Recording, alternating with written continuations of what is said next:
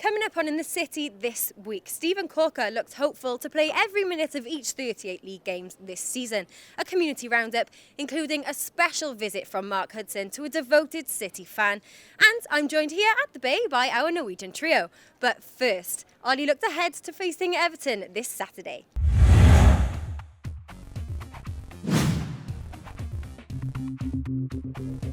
Results always give everyone a boost, a bit more confidence, belief.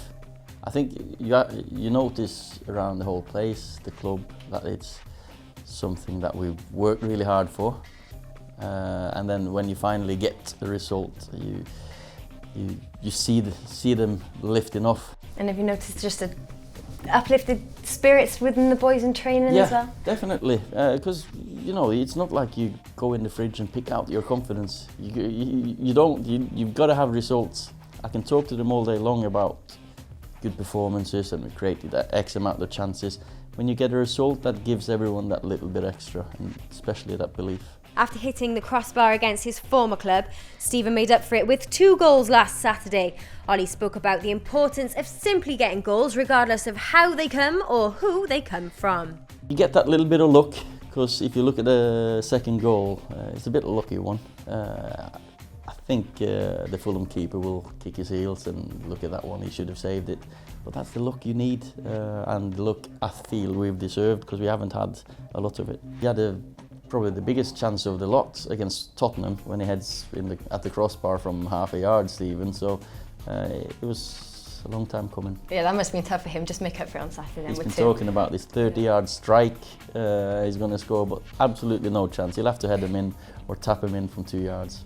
How in tune are the squad and the players and yourself with the passion that drives the fans? Because it is, you see it when they're here. They love being Welsh, and they love being from the Welsh capital.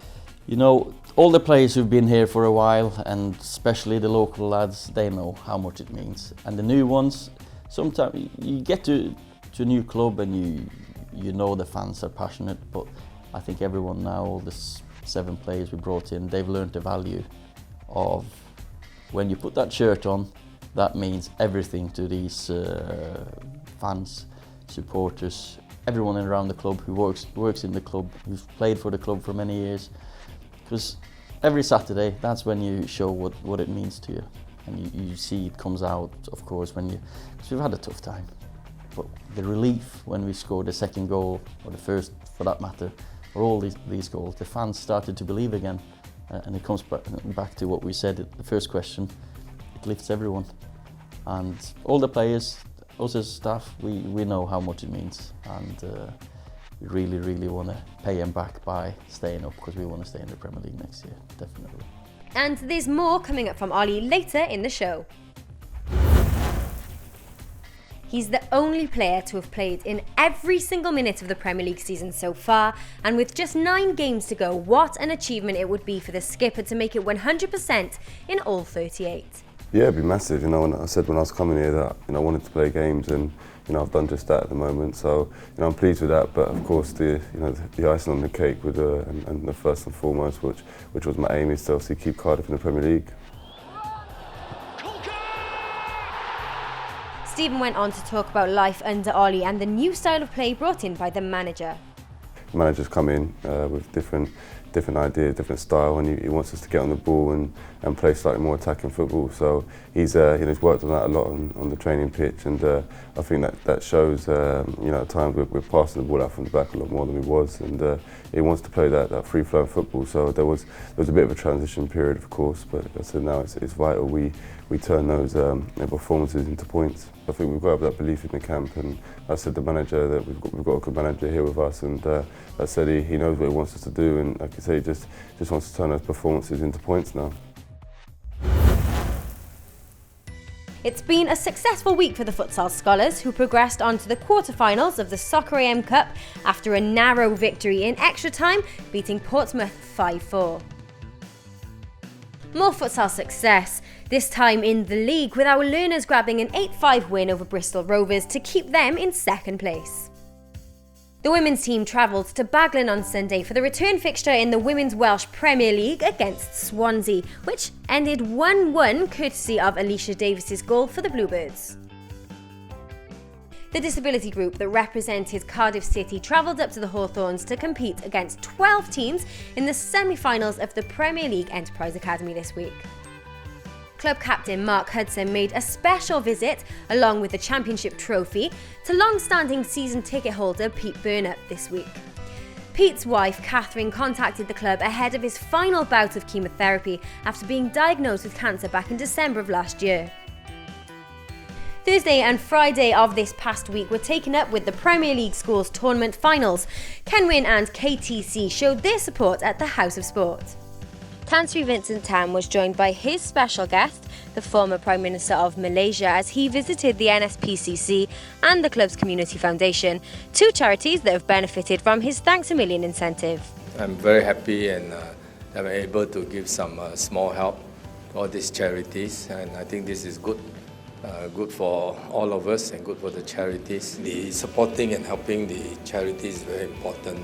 You know, we want to be corporate citizen and give back to society when we can. And I want to say today we have a very special guest from Malaysia, our former Prime Minister, Tun Dr. Mahathir. He was our Prime Minister for 22 years, great statesman of Malaysia. He has done very well for Malaysia. And we are so pleased to have him here to cheer for us today. And hopefully, I'm sure he will bring us good luck. This is my second visit to Cardiff, actually. I came here a long time ago on an official visit.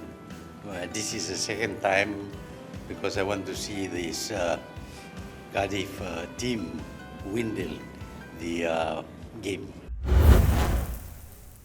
Our Norwegian trio, Magnus, Mats and Joe, proved to be quite the connoisseurs in sushi as they joined me at Japanese-style restaurant Yakitori in Cardiff Bay.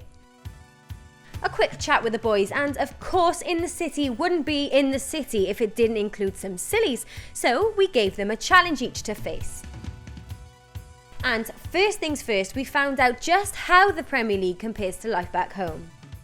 I felt it's gone okay, but I can feel that it's a level up from Norwegian league. You have to adapt, but I felt it's been good, yeah. Of course, it's brand new to me. I never played in England before, but I know these guys, and when Ole came to Molde, he brought a lot of the English mentality as well into the training there. So I don't feel it's that different going from Molde to here. Of course, the level is higher, the players are better, but I'm getting there. It's a dream come true. I haven't been playing as well as I feel I can, and I just have to work hard and when I get the next opportunity, I'm sure I will be ready for it. But for me, it's a dream coming true. For all Norwegian players, it's the Premier League is what you want to be playing at when you're playing football as a kid, and it's a dream. And when I get the chance next time, I'm gonna be ready. We're here at Yakitori down the bay, where Chef Fred is going to teach us how to make a bit of sushi, and then Matt is going to have a go himself. So let's get cracking.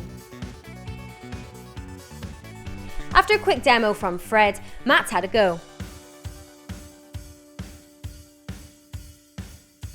Almost finished, and what was it Chef said? 8 pieces? Right. No, this is bad. 7 pieces. Oh yeah, 7 pieces. Should be 8. A few final touches nonetheless, and it was taste time as judged by his 2 teammates and his teacher for the day. Not a bad effort either, Mats. You happy with that? No. Why? Not happy with my performance. Why? 7, not 8. 7 or 8 for a start, yeah. But no, I think it's quite good. Yeah, Should we let the boys try? alright. Yeah, I think we should. Right.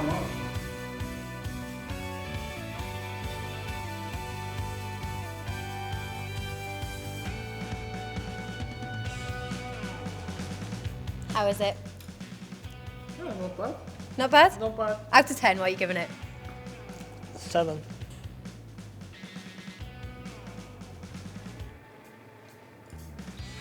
A bit much mayo though. Too much mayo? I think I put it in there as well. Out of 10? I'll give him 6.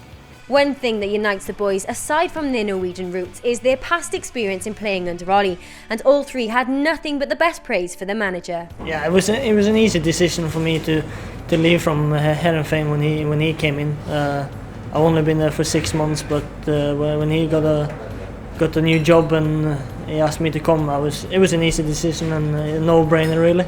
No, he's a good manager and I got a good relationship with him, so I'm glad to be working with him now as well. I think it's the way he's a total professional, and as well as I think he gives me confidence, and he just wants me to play and get on the ball. So I really enjoy to play for him. Yeah. So someone's big idea to have an ice cream challenge, and as the self-proclaimed queen of ice cream, you're in trouble, Magnus. 3, 2, 1, go. So Joe was on the clock to time 60 seconds, and who could eat the most before brain freeze kicked in? I think I'm leading here. And it kills me to say it, but with seconds to spare, Magnus won. Oh! Finally, it's Joe's turn for the challenge, and I'd like to stress that I had zero input in choosing this one, and you'll see exactly why. So we've got 6 eggs in the plate, 5 of which are hard-boiled, 1 is still runny. We're going to take it in turns to smash it on our faces by all accounts. So, Joe, you can go first. Cheers.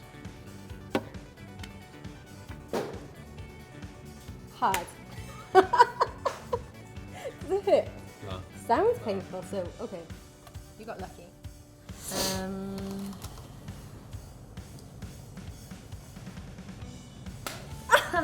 It does hurt. Kind of smashed a bit. No? Oh no. Okay.